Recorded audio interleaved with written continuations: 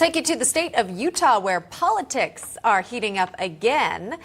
We show you this because Mitt Romney has recently voted against a bill, a conservative cause, an amendment to the Free Speech Protection Act. The legislation is designed to exclude federal employees and contractors from censoring and restricting speech. Members of the GOP are paying close attention to Romney's actions on the Senate floor and if they swing more towards Democratic policies. Again, that from Romney. One of them now joins us now. Trent Staggs, mayor of Riverton, right outside of Salt Lake City, and is challenging Romney for his U.S. Senate seat. Eric Mitchell is a GOP strategist. We appreciate both of you being on. Thank you so much.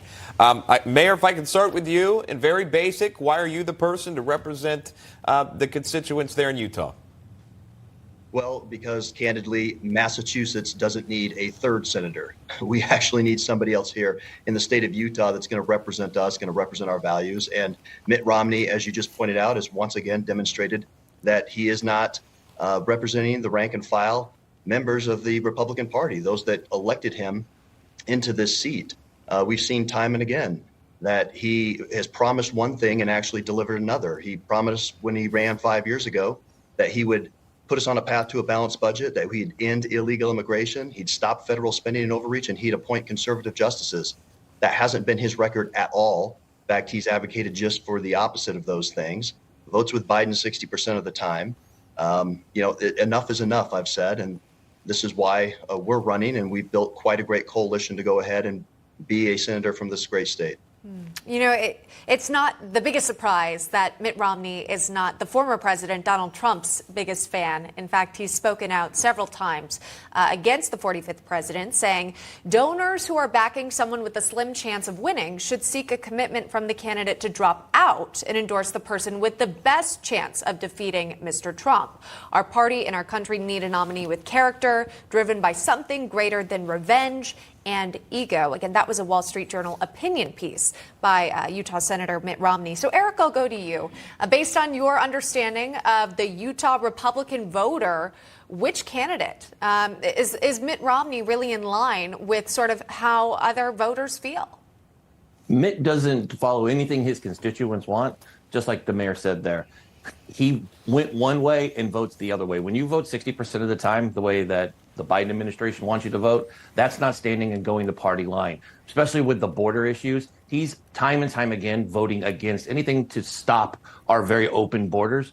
He supports them going after the state of Texas with the new border, the thing they have in the water that's keeping people out that seems to be offending the Biden administration that is doing its job. This is time and time again. And this is the problem that we have with a lot of the GOP is these folks are no longer loyal to the party. They speak out against President Trump. And it sounds more like a sore loser. As we all know, Romney lost going up against Trump. So he's always kind of had this bitterness towards the former president. And it's just odd. And he continues to vote against the way we want and going against what his constituent wants. The great state of Utah needs to be represented by the voice of the people that they're voting for to follow what they're promising the people of Utah to how to represent them properly. And Mr. Mayor, obviously you have what you're seeking, and there are obviously others seeking a much bigger office, right? The White House. This in 2024. I'm curious to know where you stand. Do you have a candidate that you're looking at? Is there one that you would vote for? Yeah, absolutely. In fact, I've gone on the record now supporting President Trump. I think that we need to have his leadership again in the White House. I actually just put out. You mentioned the op-ed that Romney published in the Wall Street Journal. I had one this morning in the Washington Times that just delineates the reasons why. I mean, I saw firsthand my residents, my constituents here in my city and my great state benefit tremendously from the policies that Trump was able to implement. I mean, the tax cuts from 2017, energy independence. Don't we all wish we could have $2 a gallon of gas again? And conservative justices, of course, that's been a huge win for us. Not to mention the fact that we had strength on the world stage of foreign policy. I cite a very personal example of one of my residents here that was imprisoned in Venezuela, and President Trump was able to successfully secure his release and bring him home. I mean, we just don't have any of that today with this Biden administration. It's so corrupt. And this op-ed that Romney put out there, I think that donors have just given it this collective eye roll, if you will, because, once again, Romney's just so out of touch. He doesn't understand why Republicans here in the state and across the country have shunned him. It's because his actions or lack thereof speak much louder than his words. Again, coming up on this upcoming election year, Eric, it always makes you sort of think, how can you go out and reach new voters? Maybe folks who stayed home last time around. I know the mayor is probably interested in that as well. Is there a plan sort of in the works to reach out to young voters in the state of Utah to sort of get an idea where they stand when it comes to who they'd want to represent them in Washington?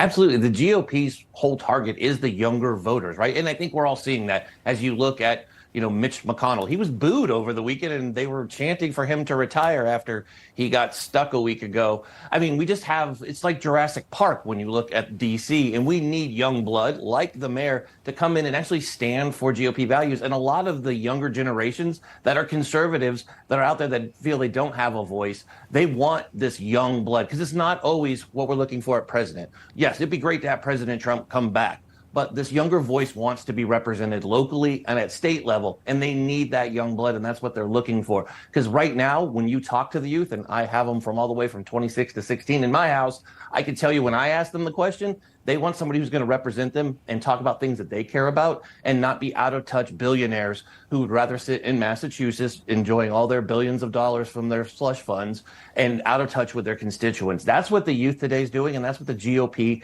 in Utah and across the country is doing, is focusing on these young voters to get them go, realize to start locally, look at their states, and then focus on how it can help us, not just representing us properly in each state, but at the highest level at the White House, because we've seen how broken down it is for the last 3.5 years with the joke that we have with our country becoming worse. And I'd love to have $2 gas again, as the mayor asked. So that's what they're looking for, because that's what this generation is looking for, because they're going, where's all the money going to come from? Because we don't have it because we sent it all to Ukraine.